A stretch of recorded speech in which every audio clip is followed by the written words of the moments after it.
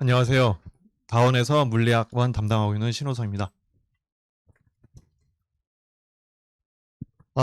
우선은 잠시만요.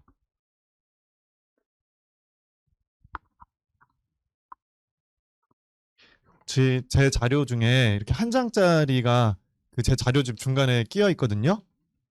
사진 앞에 들어있는 게 제 자료고요. 신호성 조그맣게 글씨 써 있네요.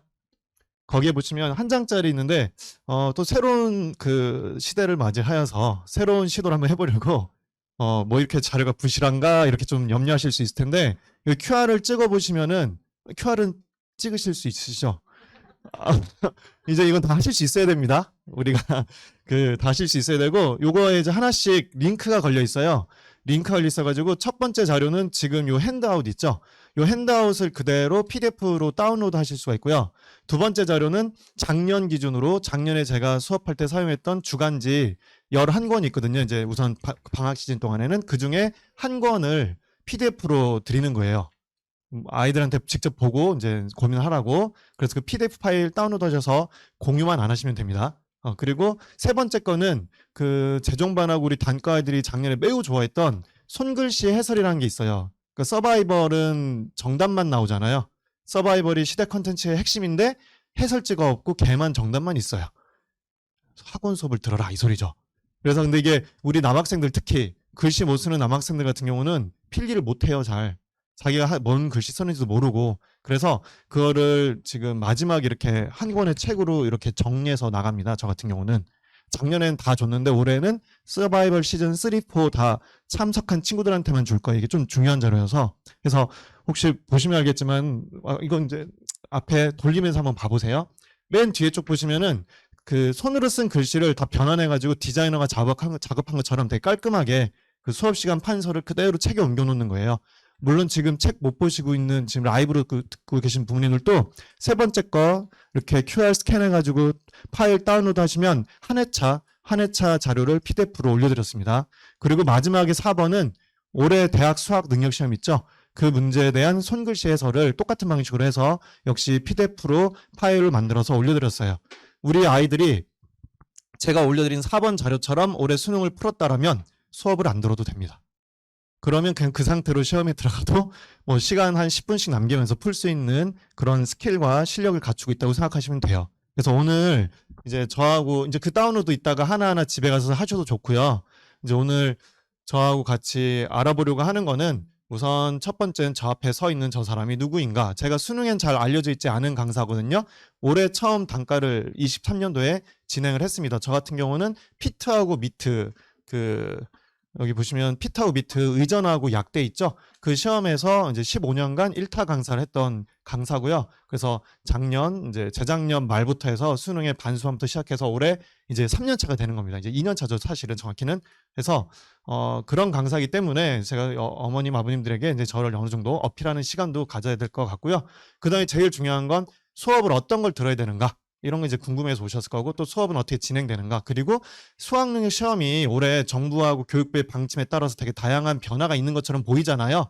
그런 부분들 궁금해서 이 자리에 앉아 계신 걸로 알고 있습니다. 그래서 제 소개보다는 사실은 수학능력 시험 물리 문제 분석에 조금 더 초점을 맞춰서 설명을 드리면 아무래도 어머님 아버님들께서 이해하기 더 좋으실 것 같고 얻어가시는 것이 더 많을 것 같아서 그렇게 대략적인 설명에는 초점을 맞춰서 진행하겠습니다. 우선은 대수능 물리 분석이라고 써놨는데요. 이 같은 경우는 3년치하고 그 다음에 6월 평가원, 9월 평가원이에요. 사실 우리가 여기서 우리 자녀분들이 볼 때, 우리 자녀분들이 이제, 이거 뭐 다 교육, 평가원에 올라와 있는 거기 때문에, 네. 저기 뒤에 화면이 안 보인다고 하네요. 우리 그 스텝 선생님 여기 뒤에 화면이 안 보인대요. 예. 그 보면은, 여기서 보면은 뭐 등급 컷이 2등급은 몇 점인가, 1등급 몇 점인가, 3등급 몇 점인가 이런 걸 이제 고민하고 하잖아요. 우선 제가 기원 드리는 건 우리 자녀분들이 저런 고민을 하지 않기를. 우린 무조건 만점인데 1등은 컷이 좀 낮게 나와야지 표점이 더 높게 나올 텐데 이런 고민만 하셨으면 좋겠네요. 그래서 여기서는 보시면 평균은 보통 다 25점 근처에서 만들고요.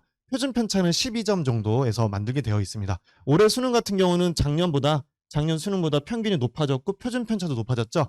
이 두 값이 높아지면 표점은 떨어지게 돼 있어요. 그래서 올해는 상대적으로 만점 표점이 작년보다 1점 정도 현재 올해 거는 전체가 아니라 이제 현재 EBS에 들어와 있는 풀 서비스 기준으로 선생님이 제가 이제 설명을 드리는 거라서 이거는 아직은 예상치입니다. 그렇게 이해하시면 되고 만점자 예상은 지금 800명 정도 예상하고 있어요. 작년에가 1,500명 정도였거든요. 그리고 재작년이 100명 정도였고요. 이렇게 구성되어 있으니까 사실 이게 다 평가원에 오픈되어 있는 자료인데 학부모님들 제가 다운로드 보니까 한 1,000회밖에 안 되더라고요. 그러니까 거의 다 모르시는 것 같아요. 그래서 저 같은 사람들이 이렇게 계속 보여드려야 잘 알아보실 수 있을 것 같지 않을까. 이제 강사가 하는 일이 그런 거죠. 좀 더 쉽게 전달해 드리는 것. 그래 보면은 올해 문제를 보시면 제가 이렇게 아이들한테 항상 분석을 해줘요. 위에서 오른쪽으로 하시면은 오답률이거든요. 그래서 오른쪽으로 하면 어려운 문제, 왼쪽은 쉬운 문제. 그리고 페이지 1, 2, 3, 4. 그리고 이제 문항 번호가 이렇게 써 있는 거죠. 문항 번호 밑에는 단원명 간단하게 한 글자로 써놓은 거고요. 어떤 게 올해 수능의 가장 큰 특징이냐? 이제 뭔가 많이 바뀌었다 이런 생각 하시잖아요. 사실 바뀐 게 없어요.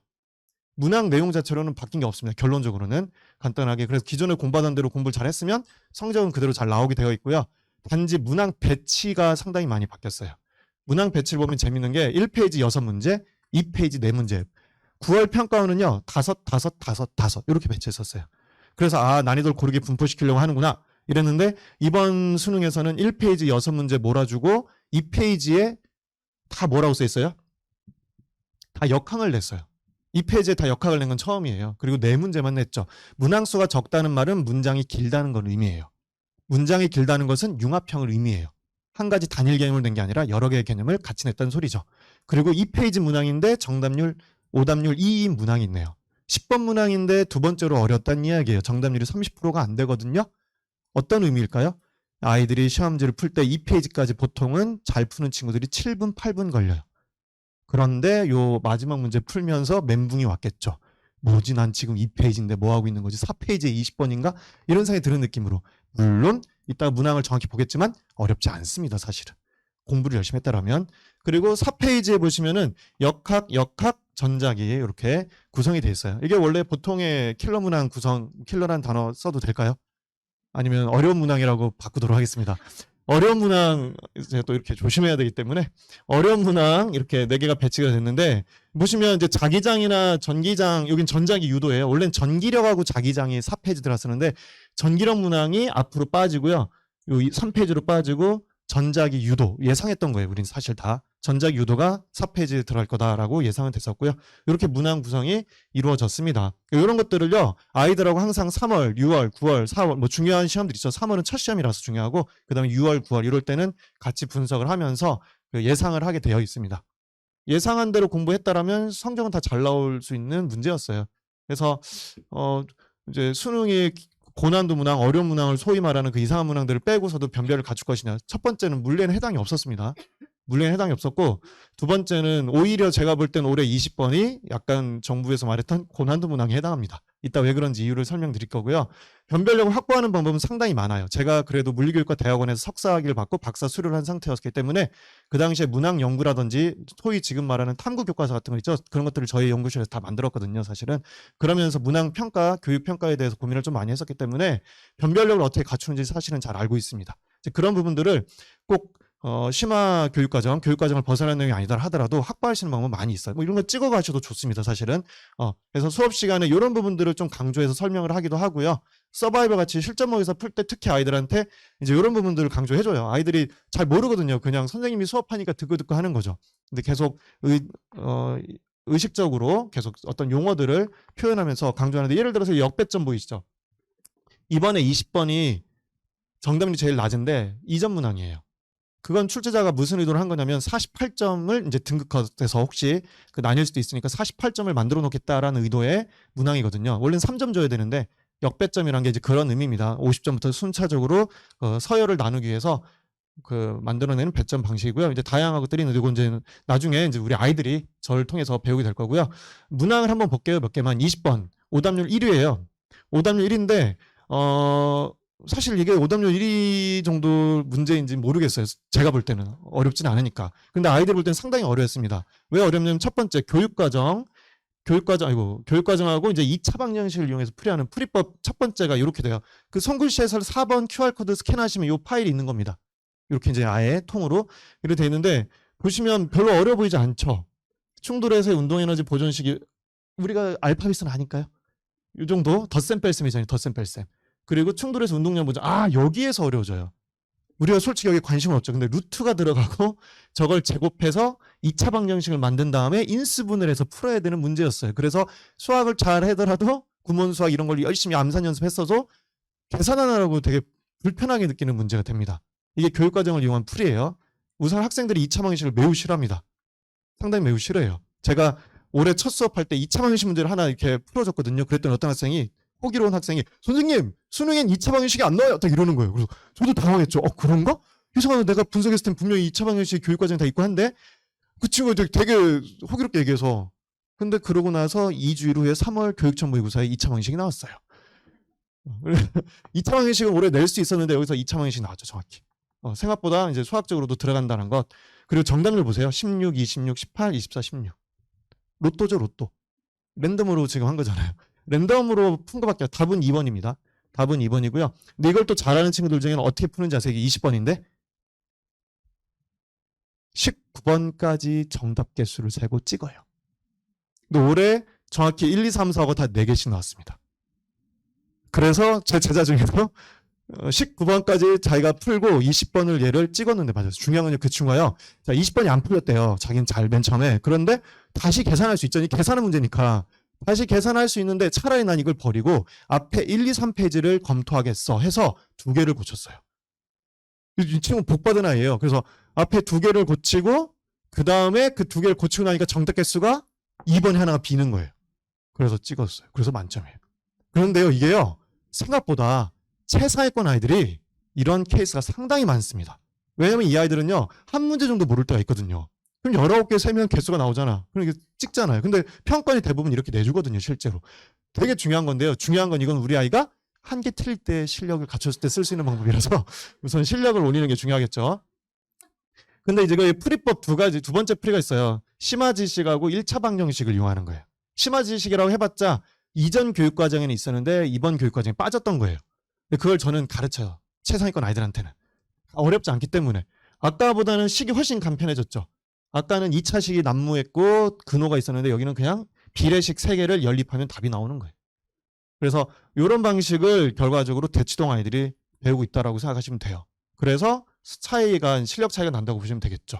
역배점이고요. 2점 문항을 줬습니다. 그래서 어떤 친구는 이제 48점 맞았는데 저 괜찮을까요? 괜찮아 라고 얘기해 줬는데 그 다음에 19번 같은 경우는요. 역시 이것도 정답률 30%가 안 됐는데 얘 같은 경우는 이제 숫자 단수라고 제가 이제 가르쳐 주는 게 있어요. 미지수를 확 줄여가지고 방정식에 대한 부담감을 이제 줄이면 문제가 되게 쉬워지고요. 이것도 잘하는 애들 찍는 방법을 말씀드리면 자, 어머님, 아버님 3분의 2배, 2분의 1배 보이죠?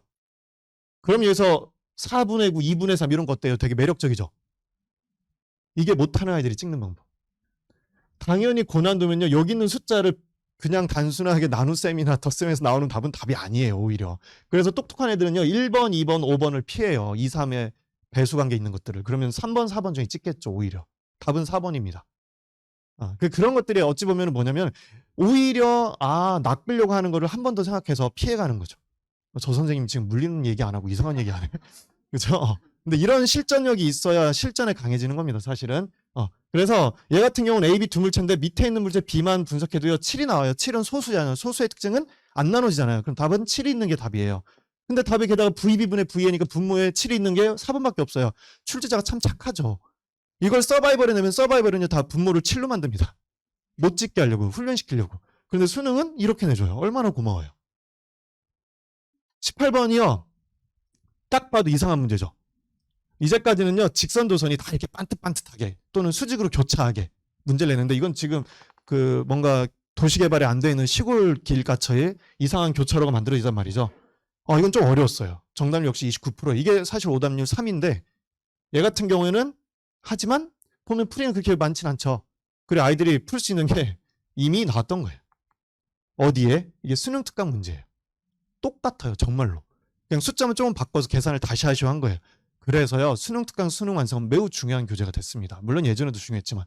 그러면 어머님들 그 생각을 해요. 서바이벌은 그러면 필요 없는 거 아니야? 서바이벌이 결국엔 다 뭘 만드냐면 서바이벌엔 서바이벌 있고 서바이벌 알파 있고 브릿지가 있어요. 알파 브릿지는 전년도 문제 중에 좋은 것들을 모은다고 생각하시면 되고 서바이벌은 올해 경향에 맞는 그리고 올해 연계되어 있는 문항의 변형 문제들로 주로 구성이 돼요. 그래서 사실 이런 유형의 문제를 많이 연습을 합니다.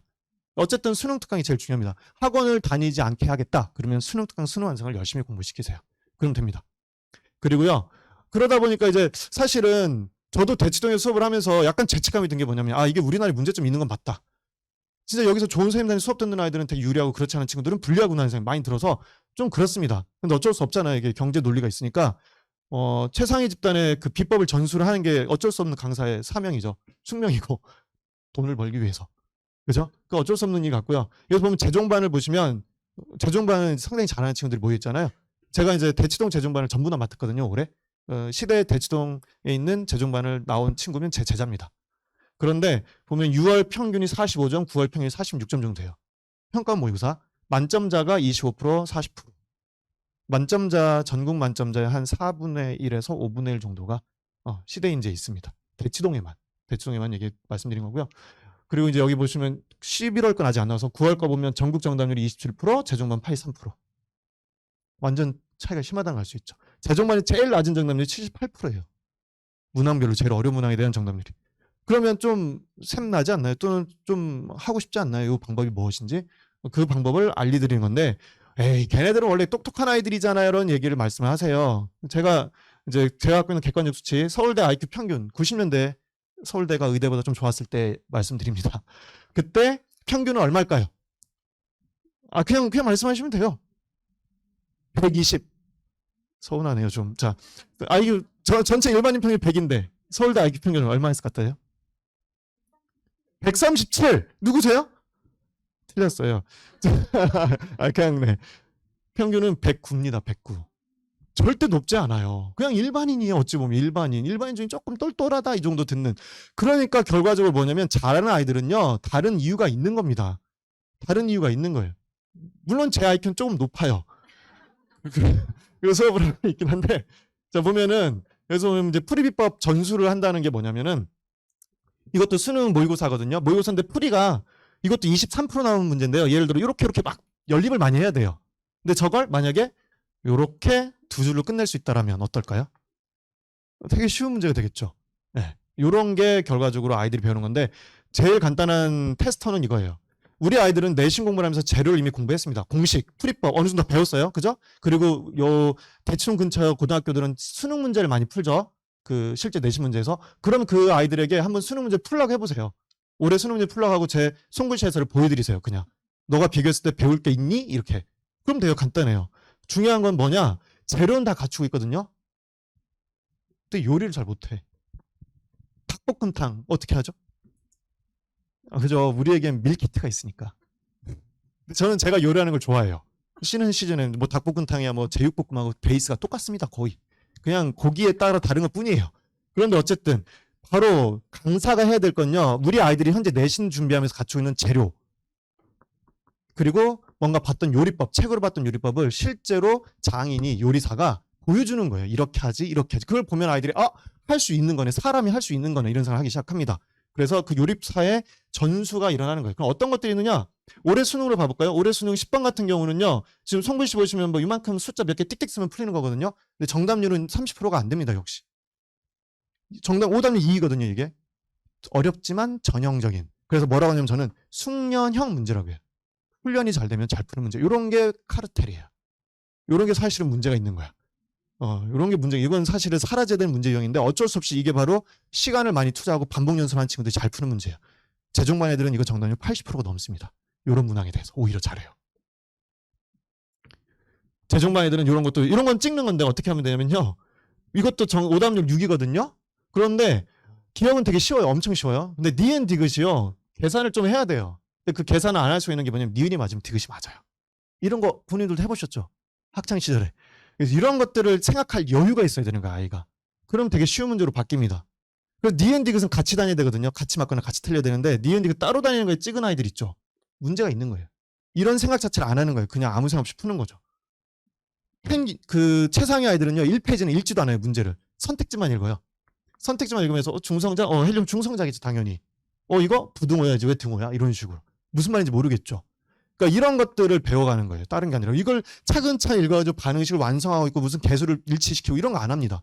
당연히 이거지. 이거는 부등호는 왜 등호야? 이게 바로 제가 말하는 아이들한테 말하는 편견이라고 말을 해요. 편견, 결과적으로 수능은 이렇게 나올 수밖에 없다. 그럼 그런 건 문제를 안 읽으니까 여기서 시간을 버는 거죠. 자, 이거는 이번에 제가 상당히 좋은 일을 한 문제 중에 하나인데 주요 문항 17번이네. 4페이지 첫 번째 문제였어요. 4페이지로 넘어가면서 아이들이 시간이 부족해서 되게 어떡하지 했는데 17번이 만약에 10초에 풀린다라면 어떤 마음이 생길까요? 자신감이 다시 붙겠죠. 할 수 있겠는걸? 네, 10초면 풀 수 있는 문제예요. 요 그래프 개형을 고르는 문제거든요. 여기서 어머님들 아버님들 한번 답해보세요. 면적이 0인 게 누구예요? 다 합했을 때 면적이 0인 거. 이거 하나밖에 없어요. 얘네들은 면적이 다 음수죠. 음수죠. 음수죠. 양 음수죠. 더하면 얘는 더하면 0이죠. 얘가 답이에요. 패러데이 법칙을 제가 한번 역발상을 해서 만들어 봤거든요. 풀이법을. 그랬더니 이게 딱 나와줬어요. 이게 왜 고민했었냐면 이게 지금 보여드리는 거는 9월 평가원 모의고사예요. 9월 평가원 모의고사는 문제를 똑같이 낸 거예요. 지금. 똑같이 낸 건데 이때 제가 그 분석하면서 야 이렇게 풀면 쉬워 하면서 풀이법을 알려줬거든요. 그러면 이걸 갖고 풀면 이 그래프 개형은 다 30초 이내에 풉니다. 보통 아이들이 지금 이 문제 언뜻 봐도 복잡해 보여서 그 2분, 3분 이상 쓰거든요. 근데 이거를 10초에 풀면 상당히 안도감이 생기겠죠. 에이, 선생님 생각이죠. 아이들이 그렇게 생각했습니까? 선생님 수능에 그래프 아래 면적 1 쓰면 5초 만에 풀리는 거 나왔어요. 혹시 들으셨나요? 하하. 아, 면적 0이요. 얘는 실수할 수도 있어, 이런 애들. 0이죠. 1이 아니라. 얘도 보세요. 수능 물리 44점에서 50점 맞았는데요.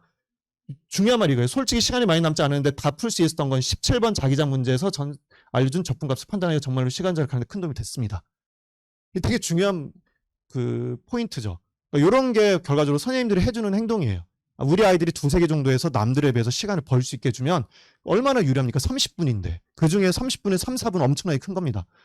그러면 뭘 가르치느냐? 지금 몇 개의 예시를 들어드린 것처럼 이렇게 좀 엄친 아들이 푸는 방식을 많이 가르쳐드려요. 약간 실전에 쓰이는 스킬 같은 것도 많이 가르쳐드리고 물리 개념은 어려운 게 없거든요. 개념 몰라서 학원 수업 듣는 사람은 없습니다. 그럼 이 아이들은 다 잘하나요? 아니에요. 이 아이들이 못하는 게 있어. 그게 뭐냐면 1페이지예요. 아까 얘기했죠. 1페이지 문제도 안 읽고 답 쓴다고. 그러다 보니까 실수를 합니다. 가끔. 그래서 최상위권 아이들한테 제가 수업할 때 강조하는 게 너네들은 겸손해야 돼. 하면서 비역 각 파트의 5개념스러운 거 실수. 서울대 물리교육과에서 쓰이는 학생 논문, 우리 그 논문 연구 논문의 80%는 학생이 땡땡땡에서 느끼는 어려움에 대한 연구예요. 정확히. 어려움의 어려움. 그 어려움의 5개념입니다. 5개념. 그래서 그게 실제 시험 문제도 많이 반영이 돼서 나오고요. 그래서 이제 이런 부분들도 신경 써서 가르치고 있습니다. 그래서 최상위 아이들에게 어디 검토하라는 너네 4페이지 검토하면 안 돼. 1, 2페이지 검토 이렇게 말했거든요. 아까 그 친구가 사실은 1, 2페이지 검토해서 이번에 성공한 거죠. 실수하는 거 예를 들어 이번에 오답률 7이에요. 몇 번인데 4번인데 7이에요. 말이 돼요? 4번인데. 보시면 35% 44% 보이시죠? 조그맣게 보이는데 33% 35%의 학생들이 실수한 겁니다. 디귿에서. 근데 이건 맨날 하는 실수예요. 그래서 수업 시간에 많이 강조를 합니다. 최상위 재종만 애들이 1페이지에서 정답을 30% 나온 문제가 서바에 가끔 있습니다. 다 실수예요. 실수하지 않는 그 이유 생각도 실수하지 않는 방안도 공부를 해야 됩니다. 뭐 생소한 그래프를 낸다거나요. 신유형을 내잖아요. 그러면 재종만 애들이 약합니다. 얘들 훈련이 잘 되는 아이들이니까 신유형은 약해요. 그래서 그런 부분도 우리가 신경 써서 공부를 해야 한다는 얘기죠. 이건 정답률이 생각보다 높게 나왔어요. 이번에 새로 나온 파동의 진행과 중첩 융합형 유형인데 왜 높게 나왔느냐? 연계교재에 똑같이 있었거든요. 그러니까 연계교재를 열심히 하면은 우선 신유형에 대한 대비 수특이요. 생각보다 새로운 내용들, 지엽적 내용이 많이 들어있습니다. 그래서 연계교재에 대한 학습은 필수적으로 이루어져야 됩니다. 네. 그래서 학원 수업에서도 그런 부분들 신경을 쓸 거고요. 그 다음에 이제 커리큘럼이 마지막에 나오는데요. 제 커리큘럼의 핵심은요. 반복 심화예요. 무슨 얘기냐? 우리 아이들 똘똘한 아이들에게 IQ 109, 평균 IQ 109인 아이들에게 풀이 비법을 알려줬더니 그걸 한 번에 알아들어요? 안 알아들어요? 못 알아듣더라 이거예요. 한 번에 자기 걸로 못 만들어. 체화란 말을 쓰죠. 자기 체화를 못하기 때문에 결과적으로 선생님이 앞에서 반복적으로 심화를 시켜줘야 돼요. 파이널 시즌이 왜 중요한지 아세요? 파이널 시즌은요. 아이들이 20문제를 풀면서 내가 얼만큼 잘한다 이런 걸 뽐내려는 시험이 아니라요. 전범위를 매주 복습하는 겁니다. 한 바퀴씩 돌리는 거예요. 마지막 시즌 4 가면 2회차씩 돌리거든요. 전범위를 돌리면서 틀리는 게 뭔지 계속 반복해서 연습하는 거예요. 반복해서 신우성이 푸는 것처럼 비슷하게 풀려고 노력을 하는 거예요. 그러면서 실력을 갖추게 되는 거죠. 그 실전적인 스킬은 아까 봤던 이상한 것들 있잖아요. 그런 거 여기서 다 얘기를 해주는 거고요. 앞에서는 풀이법을 설명하는 데 집중을 합니다. 이번 시즌 1에서는 뭘 할 거냐면은 우리 아이들이 갖고 있는 재료 있죠. 내신 때 배웠던 재료를 이제 요리로 만들어 줄 거예요. 요리로 만드는 이제 풀이법. 근데 그 풀이법을 갖고 어디에 적용할 거냐? 우리가 만든 문제에 풀이법을 적용하는 게 아니라 기출문제 적용할 겁니다. 당연한 거죠. 우리 아이들이 풀 문제 우선 그 공증된 기출문제를 어떻게 빠르게 풀 수 있는지를 몸소 보여드릴 겁니다. 수업의 구성에서 보시면 시즌 1에서는 60% 기출, 연기 문제 그리고 40% 자작 문항 뭐 이렇게 뭐 이론보다는 풀이 이론도 어느 정도 다루죠. 이론은 풀이법을 다루는 거지 내용을 다루는 건 아닙니다. 따라서 수업을 들으려고 하는데 우리 아이가 이론 정리 안 됐다 싶으면 지금부터 당장 12월 30일까지는 인강을 한 바퀴 돌리셔야 돼요. 이론 수업을. 재료를 갖추고 오셔야 돼요. 재료를.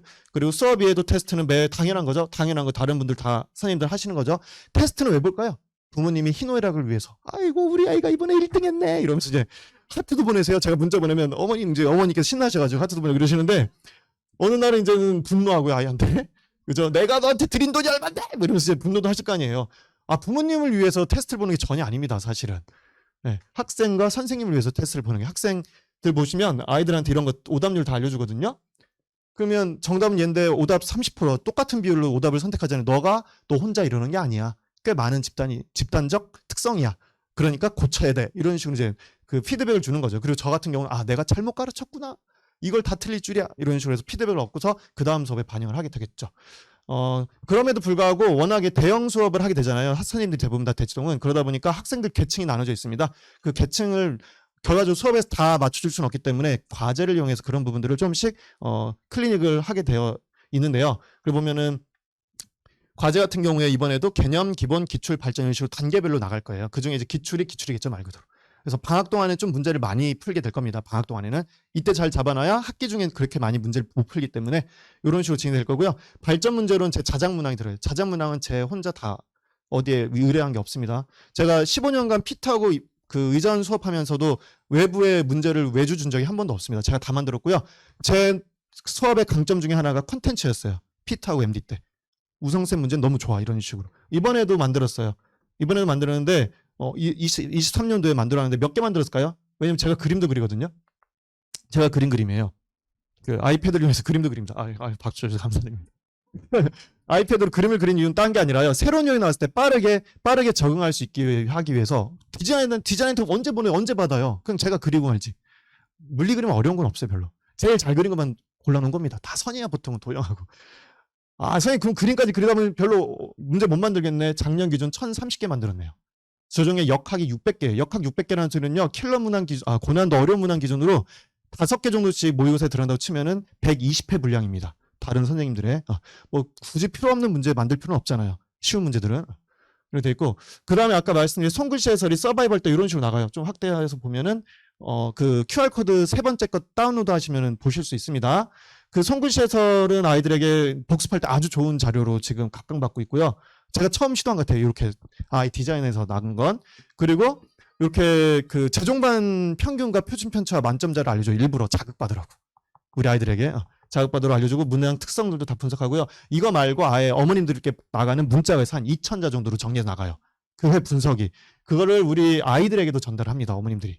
그래서 우리 아이 보시면 40절 많은 아이인데 이거 대전 단과 친구인데 머리가 하얘졌는데 여기서 뭐라고 되냐면 고마운 것 중에 서바 총평을 자세하게 보내주신 게 도움이 많이 됐어요. 총평이 문항 분석 자세히 다 해드리거든요. 그래서 저런 부분들 도움이 될 거고요. 관리 시스템 중에는 뭐 다 똑같은 거예요. 다른 쌤들. 근데 마지막에 제가 직접 23년도 기준으로는 질의응답을 전부 다 진행했습니다. 저하고 카카오톡으로 주고받은 질문 학생 수가 400명 정도 돼요. 상당히 많은 학생들이 저하고 같이 이제 그 질의응답을 했고요. 그래서 저는 더 빨리 수능을 배울 수 있었습니다. 우리 아이들이 뭘 모르는지 뭘 원하는지를 알 수 있었기 때문에. 이게 질문하면 제가 이렇게 답변을 하는데 엄청 길게 자세히 답변하죠. 제일 긴 거 골라왔어요. 응 맞아 이렇게 답변할 때도 많습니다. 신을 믿으시나요? 도를 아십니까? 이게 아니고요. 제가 신우성이니까. 그죠? 제 자취가 있어요. 이력이 있어요. 뭐 이력 자세히 쓰는 거 싫어한다고 해서 그냥 짧게 맨 앞에 짧게 썼습니다. 뭐 올림피아드 출제도 했었고요. 그 다음에 뭐 중등물리 올림피아드는 저희 연구실 처음 만들었거든요. 그때 보니까 현종훈 쌤 알죠? 현종훈 쌤이 그때 이거 수업했다고 하더라고요. 선생님 나는 이때 문제를 만드는데 우리 되게 뭔가 연결고리가 있었네 이러면서 지금 지내고 있는데 고등학교 물리 고교 올림피아드 출제 검토위원도 했었고요. 그 다음에 피트미트에서 일타물리 계속 했고요. 서울대학교 물리교육과의 교수님 낙하산으로 해서 출강도 했었습니다. 원래는 다른 대학교 강의형이 있어야지 강의가 되거든요. 넌 해도 돼 하면서 시켜주셨어요. 감사하게도. 아무튼 저런 이력과요. 전 근데 선생님 수능이 아니잖아요. 저 수능에서 한 건 요거예요. 작년에 제가 만든 교재예요. 이게 한 권당 100페이지 정도 되거든요. 100에서 150페이지. 저도 놀랐어요. 그리고 저희 와이프가 저한테 서울대 다시 들어가려고 이러더라고요. 제가 그랬죠. 요즘엔 서울대 아니야, 의대야. 그래서 이번에 시험 보고서 몇 개 보낸 문자 중에 몇 개 이렇게 올려드리는데 43점 맞은 친구가 깍 하면서 보냈어요. 작년에 4등급이었대요. 제가 원하는 건 스펙트럼이 넓은 수업을 하는 겁니다. 중위권, 하위권도 중상위권, 상위권으로 또는 중위권, 상위권도 최상위권으로 올려주는 게 제 수업의 목표입니다. 그래서 이제 이렇게 아이들이 응원을 한다는 건 제가 열심히 하고 있다는 반증이라고 생각하고요. 그래서 신을 믿는 게 아니라 제가 걸어온 자취와 제가 하고 있는 노력, 우리 아이들에게 주려고 하는 선물을 만드는 이 과정에 대해서 어머님, 아버님들이 보시고 선택하시면 될 것 같습니다. 빈손으로 오진 않을 거예요. 이렇게 가득 담긴 자료와 제 노하우를 갖고 우리 아이들과 만날 테니까 믿고 맡겨주시면 감사하겠습니다. 감사합니다.